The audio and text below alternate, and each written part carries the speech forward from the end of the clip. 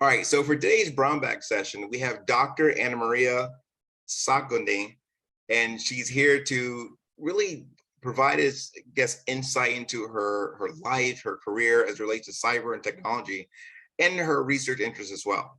So Annamaria, how's it going? Pretty good. Well, pleasure to be here. Thanks for having me. Pleasure. So Annamaria, tell us, how did you come to first even studying or technology? Well, that was an interesting transition. I'm from Eastern Europe originally, and I actually started out studying business at first. Um, international travel was something that always interested me, so I decided to try out a couple of study abroad type programs. And when I moved back to Hungary, which is my home country, I actually got involved with a company. I was more of like a nonprofit that worked in the region where I'm from, on innovation, startups, and entrepreneurial type efforts. So during that job, I got introduced into the tech side of entrepreneurship and started working a lot with the different startup companies in the tech field. So I got really interested in this, and then an opportunity arose for me to come to the United States and get a master's degree in the field. So I took that, got myself retrained, and I've been here ever since in St. Louis, Missouri. Okay, I had to look through your LinkedIn, and I saw that you speak what, Hungarian, French, seems like several languages, and you have degrees from multiple countries. Could you just elaborate more on that? Sure. Yeah. So again, when I was younger, I didn't really know what I was going to do in my life, but I knew that the languages are really interested in me. And I think that was a good segue into technology as well. You gotta understand the different types of languages, the programming languages, as well as speaking the languages of the tech folks, as well as the business. So, when I was younger, back in college, there were a couple of opportunities to join different types of study abroad programs, which is what I did. So I'm from Hungary originally. I lived in Belgium for a little bit, studied there, also in France, where I finished a master's degree, and then, of course, went back to Hungary to do my main course of study that started out again in business and finance interests. And then the more and more I got into the innovation industry, this is where I really, got involved and learn about the tech side of things. I was always interested in computers and anything related to it, but I never even considered it as an opportunity, as a career. So when that door opened up to come to the States, I thought that was a great opportunity, because I thought that that would be a really great fit. And it turned out that that was the case. I think, oftentimes we don't get the opportunity to learn and understand different types of career paths that are ahead of us, which happened to me as well. I never even thought I would end up in technology and IT, and especially security as a specialty. So I think that was part of some opportunities, and also just accidents and meeting people and learning from what these types of career paths look like and what they mean, and also people allowing me to learn and opening those doors for that. So I think that's very important. Oh, that's great. So I'm curious about your role, because it says you were a project manager, you went into journalism. So how did that career path kind of migrate from these things that don't even seem related? Yeah. But it seems like you were like well-rounded with these particular roles and for what you're doing now. But how did this career push? Sure.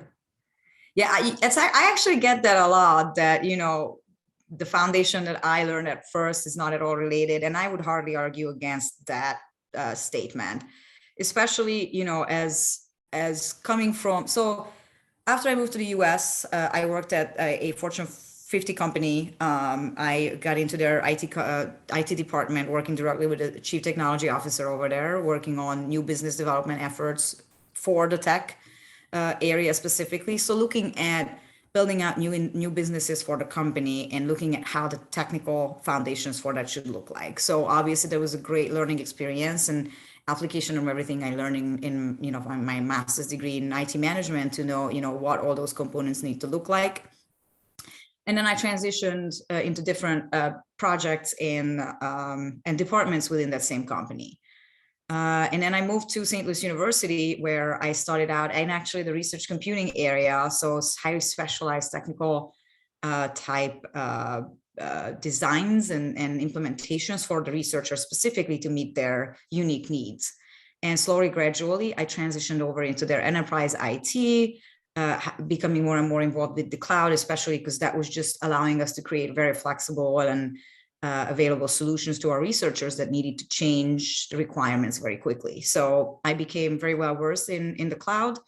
And then gradually that kind of also led into the security area, because when we're thinking cloud, there's so many different opportunities there. But with the traditional type of IT mindset, folks don't always think about how that looks like when it's also the security was also considered around it. So there was a great opportunity to come in and join lead the security department at this university when their director left. So that's how I ended up joining security, and I've been in security ever since. I'm working at a regional hospital right now, SSM Health. Working a lot on their GRC efforts, but actually currently also transitioning into a different role that focuses more on the strategy around security and what we do. Thinking about, what innovation looks like when we're considering security, making our team more efficient, more mature, looking at how we think about data, how we think about the value that our team creates. So the foundation, the business foundation that I brought from my previous education, and as well as some of these experiences from the innovation sector and whatnot, I think that actually really strengthens that technical skill set that I built since then.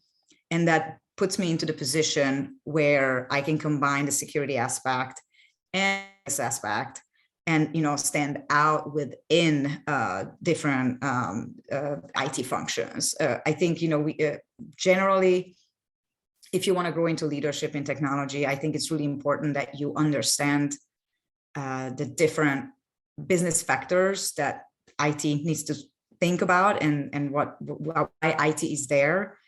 And I think, that is a tricky mentality to bring in when you're also thinking about operations and the technical aspects, the architecture, and all of those pieces.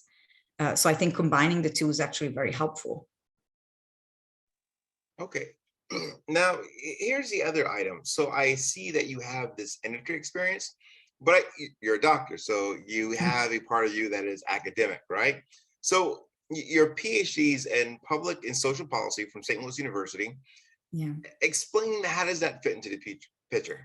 Yeah, so I chose this program because, again, at the phase in my career, I'm more on the leadership track and leading teams and thinking about the bigger picture in general than actually designing solutions at this point in my life. So, with where I'm at in my career and with the interest that I had regarding my dissertation, I felt that this type of program was a perfect fit for what I was trying to do. I'm really interested in looking at and studying the intersection of technology and society and how technology affects us, how technology can be used for good and bad, which is, a big part of what we do in security as well.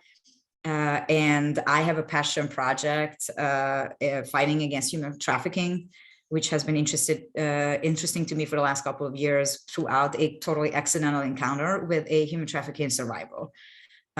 So I realized after chatting with this person that I had no idea what this crime looked like. I did not have any understanding of the important aspects of technology and the important role that technology played in it, both in the victim selection and how traffickers approach victims, but as well as in the actual trafficking side. So how they're selling these victims to purchasers.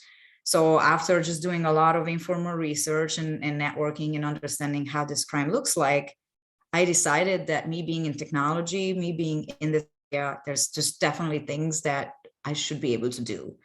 So a couple of years ago, I decided that I was gonna make a move for it and do a PhD dedicated to this topic.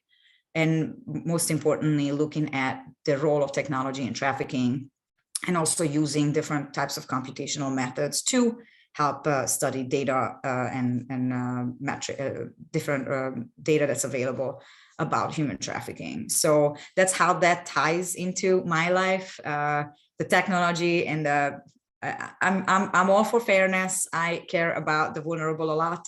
I think we as members of society, we need to consider that our privilege and what we have and what others don't. So being so close to tools that are available to help those that cannot necessarily stand up for themselves is very important to me. So that's how I ended up studying that topic, and hoping to do more in that as well as my spare time permits. So Annamaria, so what unique things have you uncovered doing this research? Sure. So I applied geospatial technologies to study some of these metrics. Some of the things that I was curious in was gender, the role of gender in exploitation, and the different cultural norms that exist in different countries. So I found some correlation between how different countries think about just the progressive views about gender versus, trafficking. And also just in general, looking at how our policies think about what we can do about this problem, and really setting some standards on, or just making sure we're differentiating between prostitution and sex trafficking, because even though they're very similar, there's also distinct features that exist. There's believers that say that prostitution is exploitation, and I do agree with that to a certain extent. But there's also individuals that do that as a choice. So we got to make sure that the factor of choice is considered in how we're looking at this problem and how we're considering policies. So really, the goal of my research was to set some foundations and show a couple of ideas that can help policymakers guide us in terms of, what laws and what policies exist. Yeah, that's interesting when I think about a country such as the United States, because prostitution almost everywhere except for Las Vegas is illegal. However, it's like prostitution, sex trafficking, they're so intertwined, because someone who's selling themselves, or they're choosing to willfully, they'll get a particular crime attached to them. And as someone who's being sex trafficked, until they've proven they've been sex trafficked, they receive that same crime as if they were, a prostitution, right? Yeah. So it's very interesting, because, I think about like European countries, some of them, prostitution is legal and stuff like that. It seems like only when you have prostitution legal, it allows easier, I guess, detection of what is sex trafficking and stuff like that. Someone who's like, hey, I don't want to do this. And, people aren't fearful. Like here, I'm pretty sure people are fearful, like, hey, I'm being trafficked, but now if I say something, more than likely I'm going to also catch a charge for prostitution. Yes, and that was one of my findings in my research as well, especially when looking at the US and regulations in the US. It often happens that trafficking victims, just by the nature of how trafficking happens, there's so much psychological factors, so many different factors that play a role in how victims are able to be controlled and manipulated. There's this image that people think about when we talk about trafficking, that there's this white van and then it's just going to abduct the person, which doesn't necessarily happen like that. A lot of times it's actually some traffickers trying to groom a person through social media, and they reach out and they build this trust and shower them with gifts and attention, because there's some kind of vulnerability in the victim's life. And quick interjection, Annamaria. So it's near Halloween. So you're telling me I can tell my kids it's okay to get candy from the strange man in the van? Yeah, I would be mindful of that, but privacy comes in here as well, because we want to make sure that our kids have certain levels of privacy, but do they really need to? So that would. But you said social media, right? So you're saying that people are going through social media to get them into sex trafficking? Yeah. Traffickers are, some of them are very sophisticated. They use bots to maintain conversations with the victims on social media. the victim doesn't know that they're talking to an automated system. Those are the obviously the sophisticated traffickers. Now there's also the, you know, mom and pop shops where they just find people at the, I don't know, at the kindergarten or the playground, but you know, a lot of this has moved into the online sphere because it's just so easy and convenient. You know, they can hide their identities. It's very easy to find victims online, especially if, you know, young people are not careful about their accounts being hidden. You know, a lot, like they may post information about themselves that shows vulnerabilities, and the traffickers are really good at detecting that and understanding that and exploiting that. So it's usually the underlying vulnerability that they target, and then they get the victim attached, and then you know, groom them into this trust level so that the victim trusts the trafficker, and then the exploitation slowly gradually begins with smaller things, and then they've got also control. Oftentimes they also threaten them with, you know, threat their families or whatever, or they do sextortion. They convince them to do some kind of acts, and then they use that against them as, I'm going to tell your family if you know, if you don't do what I say. And then slowly, gradually, it just gets worse. And oftentimes, because of the psychological factors and the grooming that happens, victims sometimes don't even consider them being victims, because they think, oh, it was their choice, they did it willingly. And so often they're scared to help because they know that there's going to be certain consequences because they're breaking the law.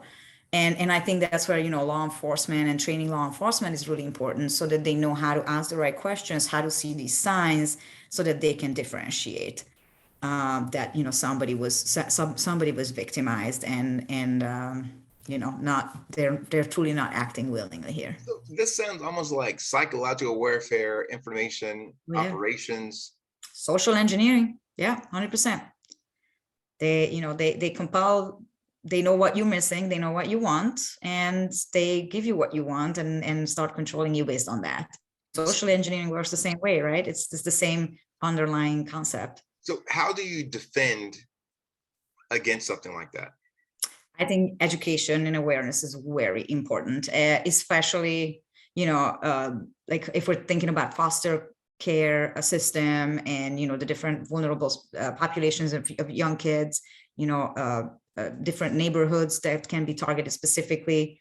Parents, you know, don't always have the time to be there and be present. So education and awareness is very important. Obviously, partnerships with different organizations. But I think a bigger problem is really that to understand why these vulnerabilities exist, because traffickers are successful because there's a vulnerability for that person, for that victim. What are those vulnerabilities? Those vulnerabilities generally come from income inequity, educational inequity, you know, sexual assault type violence, and those kinds. So like poverty, all the big social problems that exist are helping this problem. And, you know, if we are thinking about some communities that are not that well off, you know, a kid is not able to get the love and support that they need because their parents are not present. They work overtime, they work 3-4 jobs. The kid doesn't get to go to school because they don't have the money. Mental health, all of those are factors that can contribute. So if we as a society were able to really put in efforts to help those types of situations, I think we can do a lot of good there. So it's trafficking is a much bigger problem than just trafficking, because of all these social underlying factors that contribute to it. So Annamaria, I remember a couple years back, I watched this documentary, and it was talking about how the internet has really even changed your prison system. Mm-hmm. So before, a prisoner could say, hey, I want a pen pal. Now you can just go online, search pen pals via online websites, and then, you know, you can start writing a prisoner. So there were people that were targeting prisoners, women prisoners, and they're like, okay, well, maybe this person doesn't have anybody that cares about them. They will send them like $5, $10, you know, whatever. It's not a lot to us, but for them, it's a lot, because now, hey, I can get various needs met in jail. And so they would create their relationship and later use them or groom them so they could traffic them once they were outside. They could, you know, take advantage of them, get them into prostitution and stuff like that. Mm-hmm. And it's very, you know, disheartening to see that that's how that particular site or how predators take advantage of particular sites, to give people like a sense of, what the real world may be, or the ability to touch somebody outside of the bars that they're surrounded by. Yeah, again, I think it goes back to that idea of generally these types of attacks or situations are successful because the victim is lacking something, be it financial stability, just love and care at home. It can range from many of those important needs, but because of those needs not being met, traffickers are very good at sensing that and figuring that out and knowing exactly what to do to get somebody attracted and hooked very, very, very well. It's interesting. We think of social engineering and we think in like phishing, smishing, and stuff like that, but we don't think about like, hey, you are the target and you are going to be trafficked. I mean, we don't think of it going that far. We watch movies where people get kidnapped and stuff, but we never think about like, how does this actually play out in the real world? And it, unfortunately, it happens like that all the time. Yeah. I mean, we hear often about stories of the victim finding this young kid. They build a quote unquote relationship with them, and the kid has maybe not made any friends or desperately wants to be in love and feel loved and supported. So the victim just starts, giving them that need and fulfilling that need, bring them a bunch of gifts and, oh, you're so beautiful. I don't understand why nobody loves you. Oh my gosh, you're the best and sweetest person ever. So that they, the love bombing that starts at the beginning. And, that I think that's it's a very well-known definition, I think, in today's online dating type of things. But so it's really that's being developed. They establish that relationship. The victim actually thinks they're dating, they're in a relationship with this person, and the person makes sure that that's how they feel. They overshower them with all of these beautiful things and all kinds of promises, and then the car breaks down one day, and then they're like, well, I think you should do this to make sure that we can get money for gas. And then now they have that to hold it against the victim. And then, well, you did it once, why cannot you do it one more time to help the person you love? And then it's just, trickles down and gets worse and worse. So it's not always, somebody chained to a bad. And, when we're thinking human trafficking, I'm interested in the sex trafficking side because I feel like there's an important gender factor in that, as in, women and LGBTQ communities are, I feel, are highly targeted for that kind of women and kids and LGBT. But I mean, labor trafficking is another thing, it's just not for sexual exploitation, but it's for somebody working the fields for free, doing the construction work for free. And again, nobody's really chained to a bad. They may just have been promised, like, for example, illegal immigration can be related to that. They think that there's an opportunity to come. They pay the coyote to, bring them over from a country. And when they're here, their papers and documents are taken away.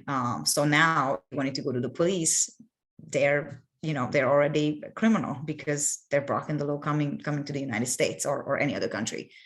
So there's different aspects and different types of trafficking that exist. I don't want to get into all the different categories, but so do men, are they victims of sex trafficking as well? Yes, they are. In sex trafficking, the numbers are obviously showing higher female victims and also children. But yeah, man can 100% be victims of trafficking as well. Okay, so it seems like everyone needs to be well aware and very extra vigilant on social media. Yes, and and just the underlying educational factor of knowing what those issues are. But yeah, I mean, I actually think looking at the purchaser side would be an interesting study to do as well, especially most of the studies that I've been doing and most of those things that I've been learning are so focused on the male purchaser perspective. But I mean, how does the female purchaser of prostitution look like, and does that contribute to trafficking? Yeah, I'm curious if sex tourism counts as trafficking, because a number of the countries I've been to, like Gambia and Kenya, Yeah. it's like the opposite. It's women coming from uh, Europe or the UK Mm. for sex tourism. So I'm curious, um, how would that actually look if you actually break down some geographical areas and stuff like that? I think it would be interesting findings. I think that would be some interesting research. Yes, 100%. I think the economic this is definitely a component, and I think it could be up to also interpretation of where you draw the line for consent versus.